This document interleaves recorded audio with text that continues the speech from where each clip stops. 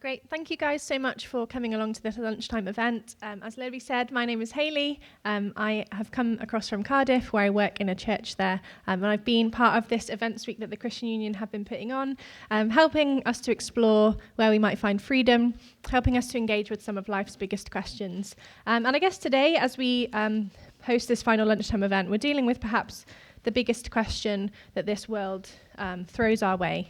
Why is there pain?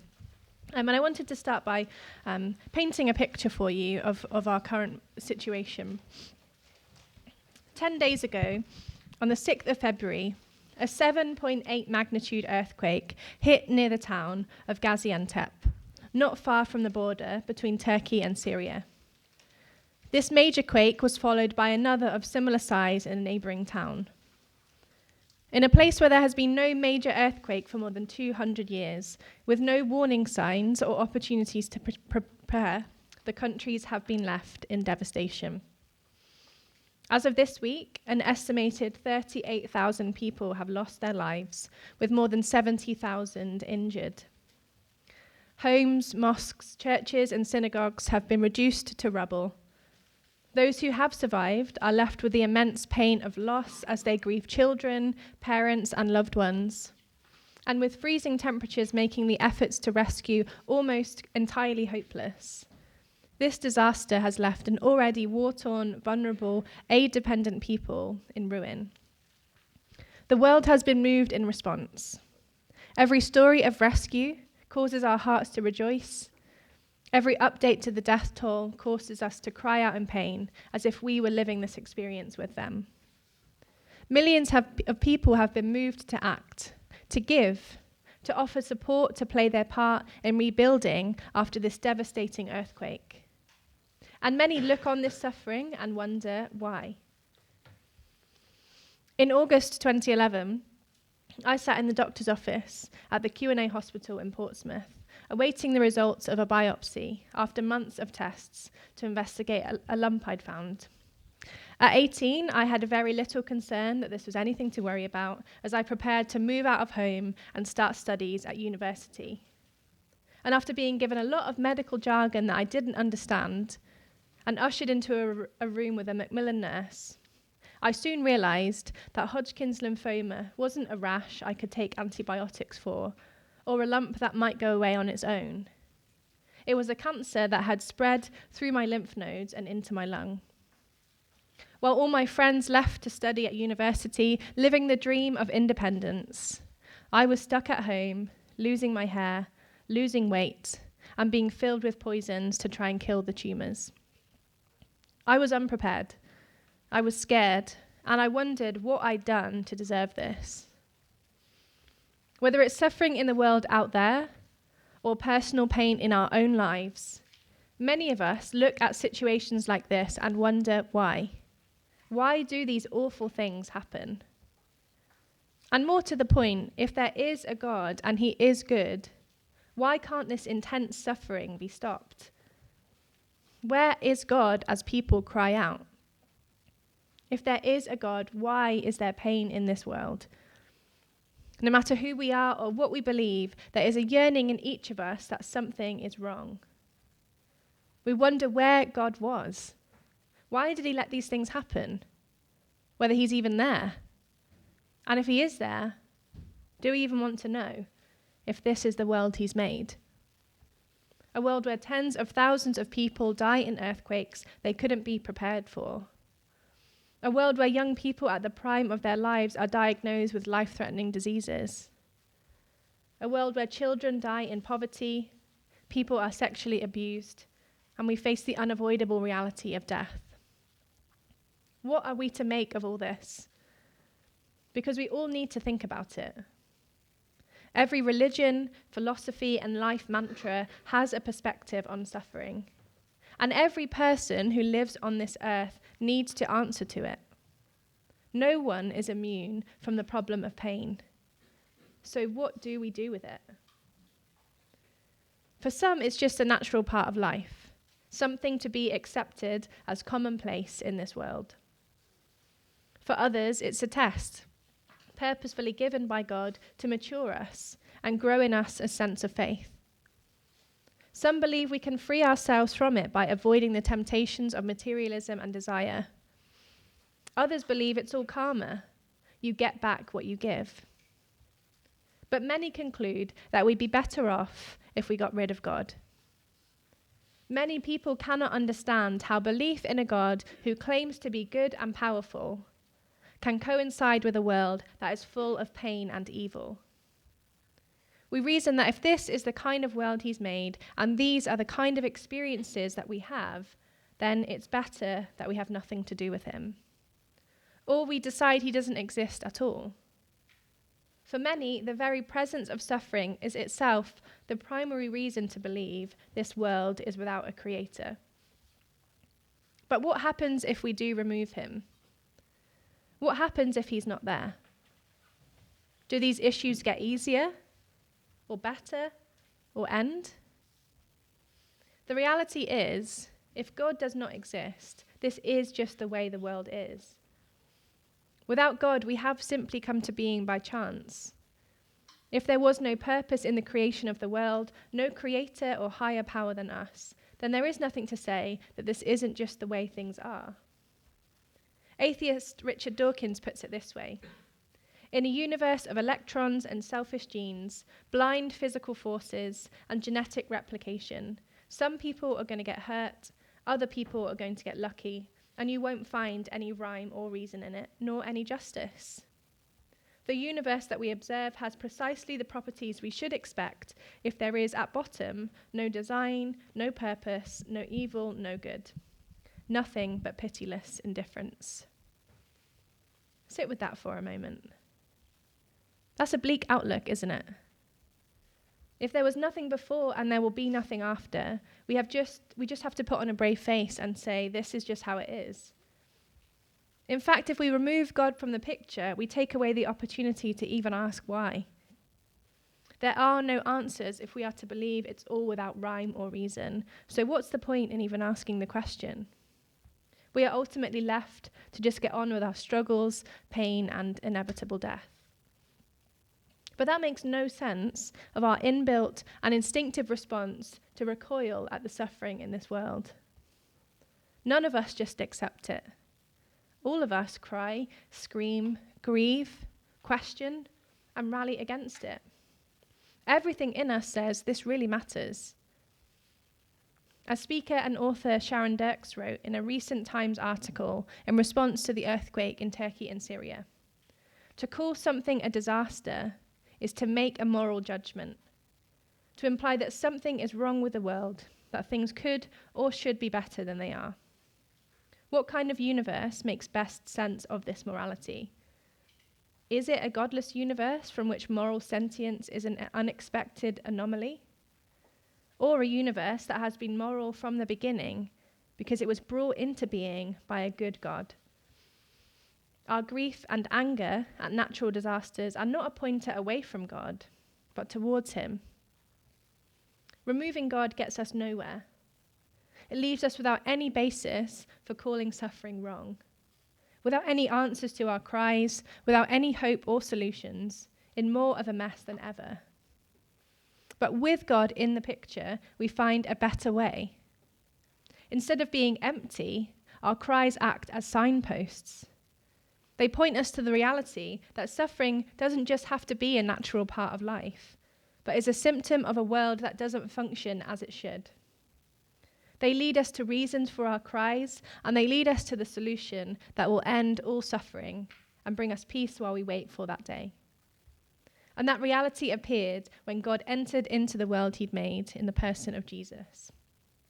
He is the one who shows us a better way, both for our current moment and for the days to come. And when we read about accounts of Jesus' interactions with suffering people, the first thing we notice is that his concern wasn't that they'd know why they were suffering.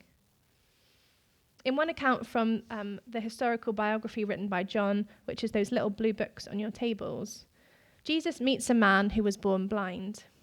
If you want to read the story later, you can find it in chapter 9. His followers ask him who it was that caused this man to be born this way. Was it because he did something wrong or because his parents did?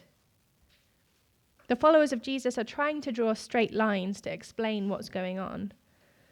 But Jesus replies simply by saying neither. His concern isn't that these people would know why. It's not because he doesn't know. It's because the answer is too complex for us to understand. The early chapters of the Bible give us an understanding of the bigger reality we're living in, but that can't provide us with all the answers. The creation account paints in vivid colour the story of how the world came to be, in all its beauty and intricacy. It was created by a God who longed to make a place where he could share his love with the people he made. He invited us to live in a paradise of joy and goodness, but people reached for more. Instead of choosing to live under his rule, trusting him to lead us to life, the people thought they knew better. They rebelled, trying to make a better way and failing, and in fact creating the opposite. Instead of a better world, they destroyed the good things God had made, the consequences of which are continuing to ripple out. That's the story the Bible tells us about our world. It was a place of goodness. It is now distorted and broken. And that's the place our cries point us back to. It tells us that suffering is not just a part of life that we must accept, or a natural occurrence. It is unnatural, a symptom of a world that is damaged. But while that does give dignity to our pain, the answer to why is still complex. As finite people with limited abilities, it's impossible for us to comprehend all the ways of the world and of God. So while sometimes pain is a result of human rebellion, sometimes it makes no sense to us because there is no obvious cause. It's not always or even often a direct result of our actions. It's not teaching us a lesson or a punishment for our desires. It's the splinter of a broken world, but we don't know where it broke off from, or when, or why now. And if we could know, would we want to? Would it have been a help or comfort to me to go into that consultant's office and be told, you have cancer because you've had too many energy drinks, you've been exposed to too much air pollution, you've had too much UV, you've been exposed to too much secondhand smoke? This would not only have made no difference at all to my experience or outcome, but it would have burdened me with information that I really didn't need to know. What we don't need in our suffering is more reason to grieve, more weight piled on our shoulders to burden us under the reality of this broken world. As much as we think it would, simple answers to complex questions won't help us in these situations. And Jesus knows that. It's why he didn't come to explain why. Rather, he came to give solutions to problems that we cannot find without him. As we see his interactions with the sick and suffering, we see in Jesus something that no other philosophy or religion can offer. This world has no answers and no solutions, no hope to offer us. But Jesus offers a hope beyond anything we could imagine. He promises to reverse suffering and to end it. In our final few minutes together, we'll see this play out in another one of the accounts from Jesus' friend John, in his biography of Jesus' life. Again, if you want to read the full story at the end, you can find it in chapter 11. We're going to do a whistle-stop tour through the story. And John begins by telling us that a man called Lazarus is ill.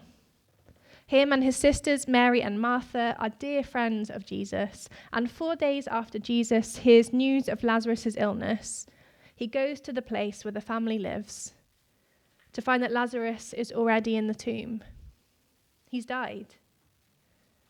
Jesus didn't get there in time to help or to say goodbye.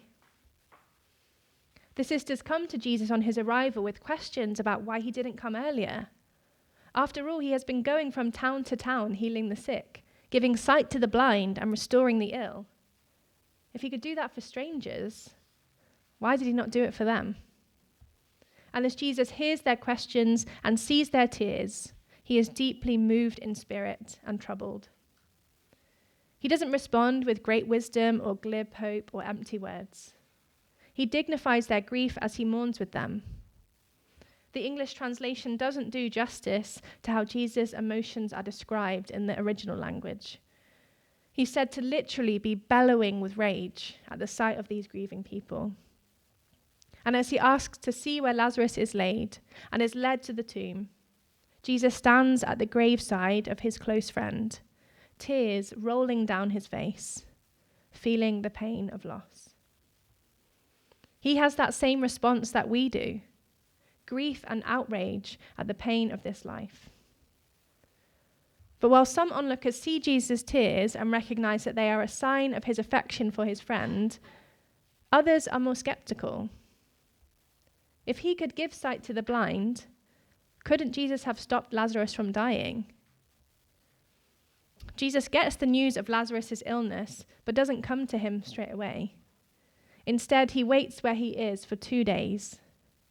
He could have gone and healed him, but he chose not to. And now he stands at his graveside and weeps. Why? Does he feel bad for what's happened? Does he wish he came sooner? Either way, we all know there's nothing worse than someone faking emotion to be sympathetic to us. That's no comfort at all. But that's not why Jesus weeps. It's not a sign of weakness or regret. He can do something about this pain. But even though Jesus knows that moments after this, he will display his power over death, he still feels the deep grief of loss. His tears at this event are a great comfort to us because they show us that he feels deeply with us, knowing what it's like to suffer. Not just in the loss of his dear friend, but in abandonment by his followers, mockery and physical pain, injustice and evil. As Jesus weeps for Lazarus, not only does he grieve his own loss, but the burdens of all those who watch on in pain of their own. That's the very reason Jesus came to this world, to carry our pain and suffering. He was born so that he could take on himself the brokenness of this world. He came to take on the pain that lay heavy on our shoulders and take it upon his. At the heart of the Christian belief about suffering is not a God who inflicts pain on people to teach them a lesson while he sits on his comfortable throne.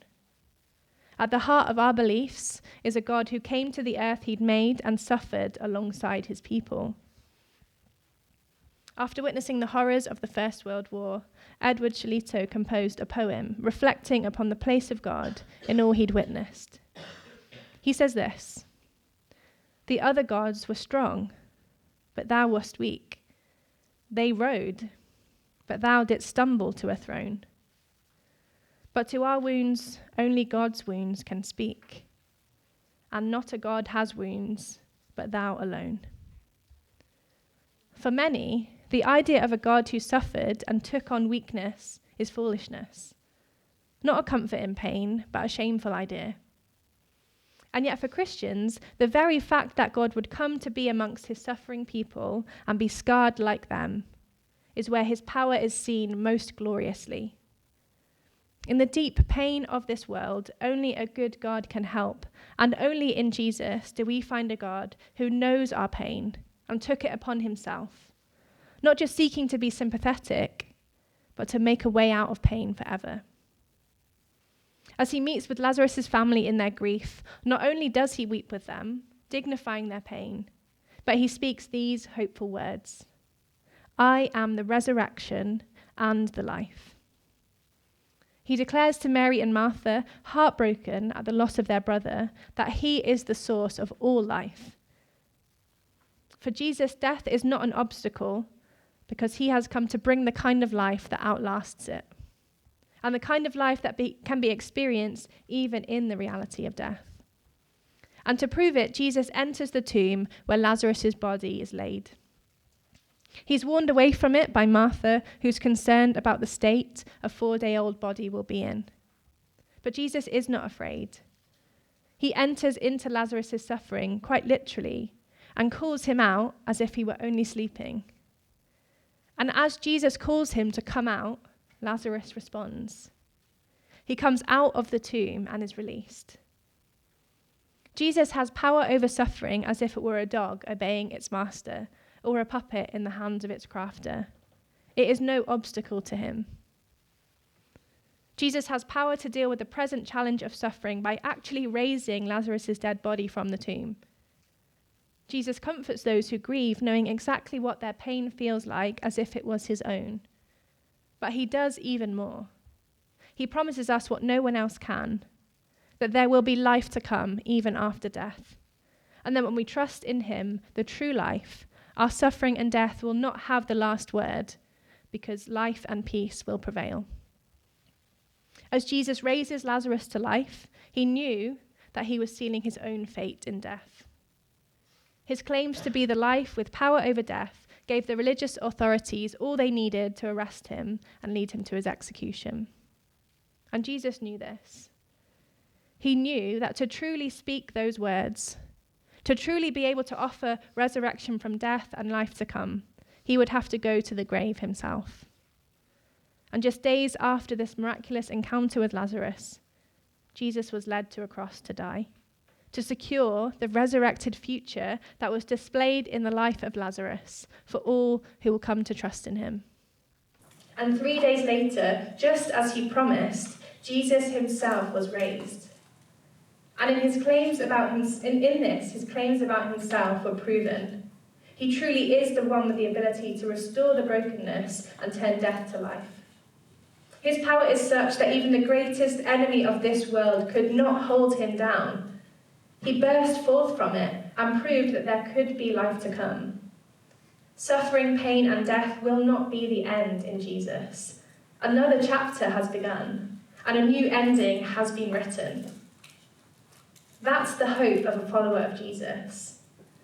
Comfort today from a friend who knows and understands all our pain. Strength for the battle, knowing we are surrounded by one who can carry us when we can barely stand. The power of healing as he demonstrates time and again, he really can transform pain and remove it. And the certainty of release from pain forever in the day to come. I cried to God like Mary and Martha in my pain, but Jesus didn't come. I wasn't healed when I asked, but I lived through the suffering of cancer with the friend who stood with me, weeping with me and giving dignity to my cries. And I continue to be strengthened as I look at my own life and this world around me, knowing that even if these things do end in death for me, that really isn't the end. Suffering may have played a minor role in this broken world, but a day will come where that reality will be removed and we'll live peacefully forever. Who else will promise you that future? Who else can deliver it to you? What other place can we look to find answers to life's biggest problem? We have nowhere to go but Jesus, and he invites us to come to him today to know this hope, this peace, and this healing in the pains of this world. As you think on the claims you've heard here today, ask yourself what difference this would make to you if it was true. In a few moments, we'll have a chance for you to ask your questions. You can do that via Slido. Please feel free to do that, or you can come and chat to me afterwards as well. I know that this isn't just an intellectual conversation for so many people. We're not philosophizing about the reality of suffering, but we're feeling it and we're in need of help. And if that's you, please do talk to the friend that you came with, find somebody in a blue jumper from the CU, or come and find me at the end. I'd love to hear your story and share more of how Jesus has impacted mine. Why don't I give you a couple of minutes, perhaps to think about any questions you have and submit those, and then we'll answer them together in a few minutes. Thanks. First question, when you talk about Jesus dying to restore brokenness, it sounds like you're saying that life will be great and we won't suffer if we follow Jesus. Is that right? Yeah, thank you so much for that question. Unfortunately, the answer is no, that's not right. My own personal story is one of suffering as a Christian. I knew Jesus as I went through that experience, and it still happened to me, and that's because while his death and resurrection has secured that future day where there will be no more suffering, no more tears, and we don't live in that day right now. We're waiting for Jesus to come back and to bring about that world, and as we continue to wait, we continue to experience the suffering that we all are very aware of now. But I think what I would want to say is a huge part of my experience is that Jesus changes the impact and changes the perspective that we have. I'm confident to say if I wasn't a Christian and I'd gone through that, I honestly don't know how I would have responded. If there was no hope, if there's no reason to keep going, if it's just random, meaningless suffering, that's just an awful way to try and live, is it not? Knowing Jesus gives me dignity to say, this isn't right, and it gives me the hope of knowing, while I go through this now, I'll experience a future day where I won't know the reality of this anymore. So it's something that we look forward to with great hope that changes our current moment now. Thank you.